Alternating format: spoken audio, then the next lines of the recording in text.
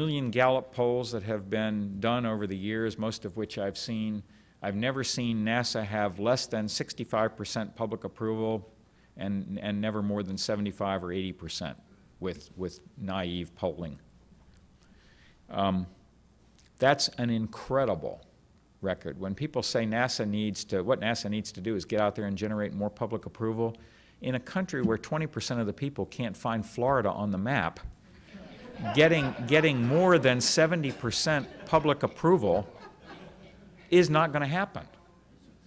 I mean, find a politician who wouldn't like to get elected with 70% of the vote. Nobody ever does. Well, I shouldn't say that. Few people ever do. Find a product in the marketplace that would turn down 70% market share. There's no such product. So when NASA repeatedly and routinely polls and gets 70% public approval, it's not that the space agency or the space program or the goals of the space program lack public approval. That's not the problem. So we have a worthy purpose as judged by human beings.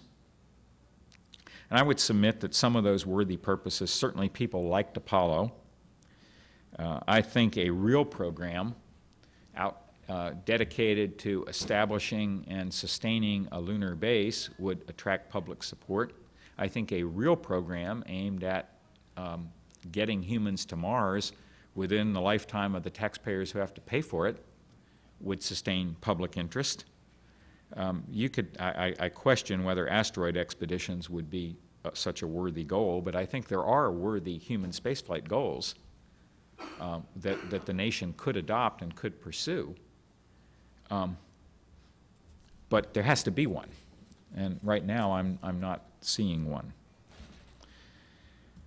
So this takes me to what I think of as my larger issues.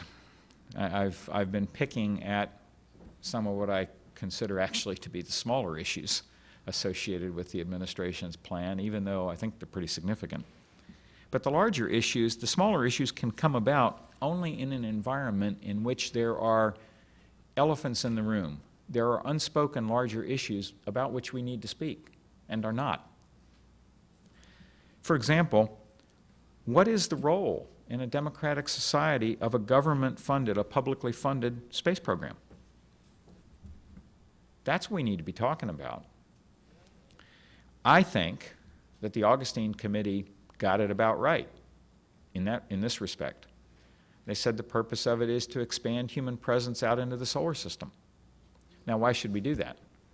Well, that provides our society with what I'll call leadership on a frontier, the frontier of human progress. Why should we care?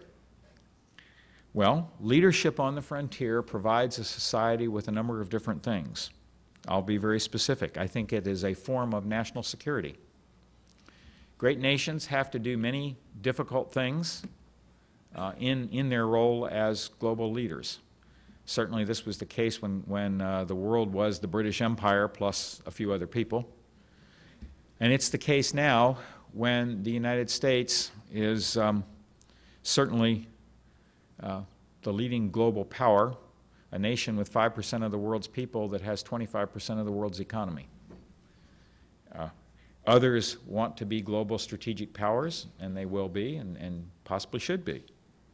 But if we want to remain a global power, then leadership on the frontier is an element of national security. Why?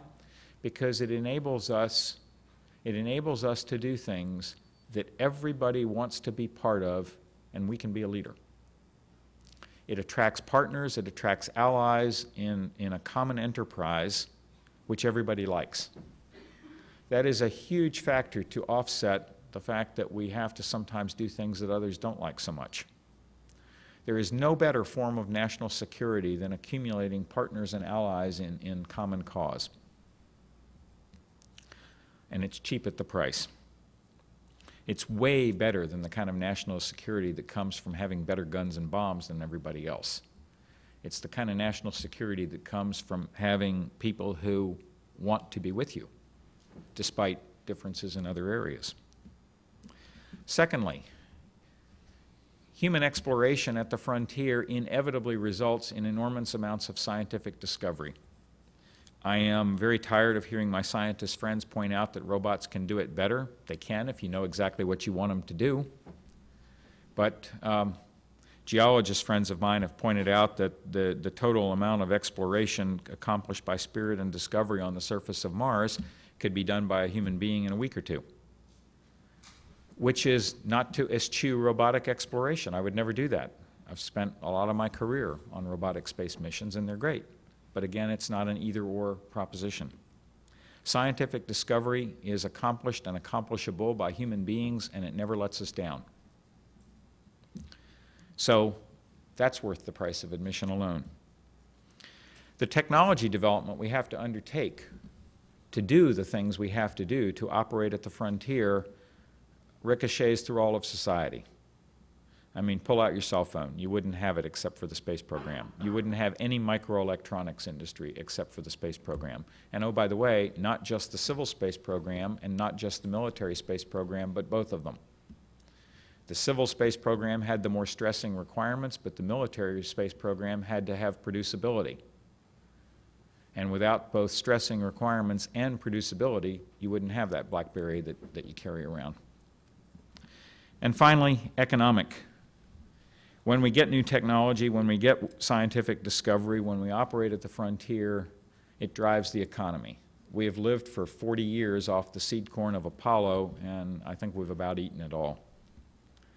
And oh, by the way, when I talk about the economy, I also do include the creation of new markets, such as will result for commercial space transportation when the government has a robust and vigorous space program requiring the delivery of a lot of just plain bulk cargo to orbit. That will be an obvious economic market. But the way to get that is to have a government requirement that is known to be decadal in span, rather than trying to create a capability and then ask what it shall do. So our fundamental issue that I'll finish up within a couple minutes here is this. Do we want to have a real space program or not? Does this nation want to have a real space program or not? Yes. A real space program goes somewhere.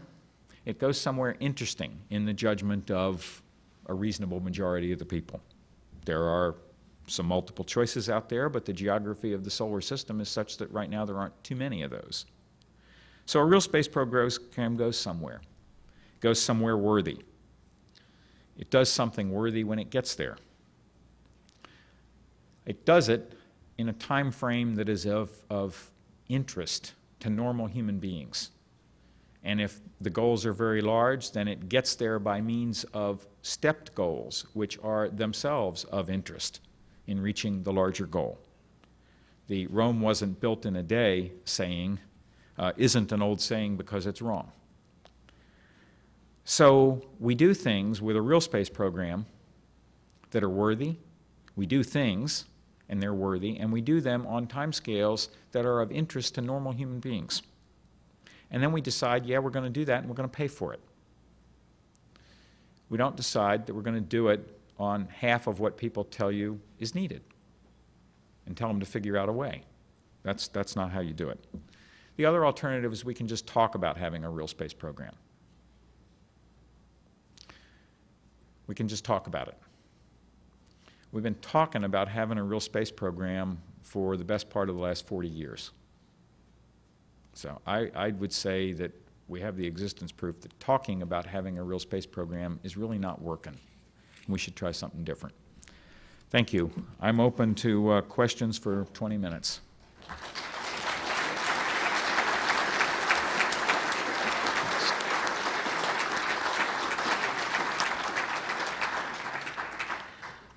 Robots are developing very, very quickly, and it appears to me that within 50 to 100 years they will be functioning at and above the human level. So will live astronauts become obsolete by 2100? I wouldn't be at all surprised if we know if by then we will not need to be in space. Just let our robot children do that. Well, I get the point, and I'm not going to argue with the technical conclusion. I'm going to argue with the philosophical conclusion. As Norm Augustine famously said 20 years ago in the first Augustine Committee report, landing an instrumented packet